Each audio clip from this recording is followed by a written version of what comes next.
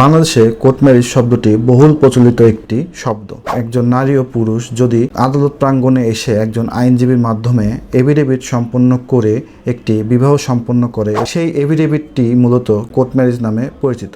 একজন ছেলে এবং মেয়ের বিবাহের ক্ষেত্রে ছেলের বয়স অবশ্যই 21 বছর পরিপূর্ণ হতে হবে এবং মেয়ের বয়স অবশ্যই 18 বছর পরিপূর্ণ হতে হবে। এরপর আপনাদের বয়স প্রমাণের জন্য যে সকল ডকুমেন্ট জরুরি, এর মধ্যে প্রথমেই হচ্ছে জাতীয় পরিচয়পত্র। যদি জাতীয় পরিচয়পত্র আপনাদের না থাকে সেক্ষেত্রে অনলাইন জন্ম নিবন্ধন। এরপর আপনাদের আরেকটি যে গুরুত্বপূর্ণ ডকুমেন্ট প্রয়োজন পড়বে সেটি হচ্ছে আপনাদের উভয়ের ছবি, যেটি অবশ্যই পাসপোর্ট সাইজের ছবি হতে হবে। এরপর সাক্ষী, আপনাদেরকে অবশ্যই দুইজন প্রাপ্তবয়স্ক পুরুষ সাক্ষী নিয়ে আসতে হবে। যদি দুইজন পুরুষ সাক্ষী আনতে না পারেন সেক্ষেত্রে একজন পুরুষ সাক্ষী এবং দুইজন মহিলা সাক্ষীর প্রয়োজনীয়তা রয়েছে। আইনজীবী এই কাগজগুলো বা আপনার ডকুমেন্টগুলো যাচাই বাছাই করে একটি জুডিশিয়াল স্ট্যাম্প প্রস্তুত করবেন, যেটিকে আমরা হলফনামা বলে থাকি।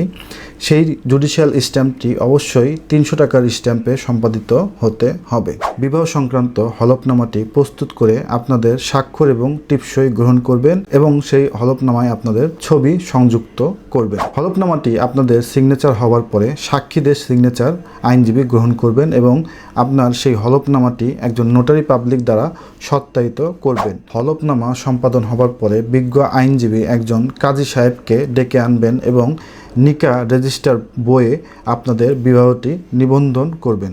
একটি মুসলিম বিবাহ নিবন্ধন করা বাধ্যতামূলক।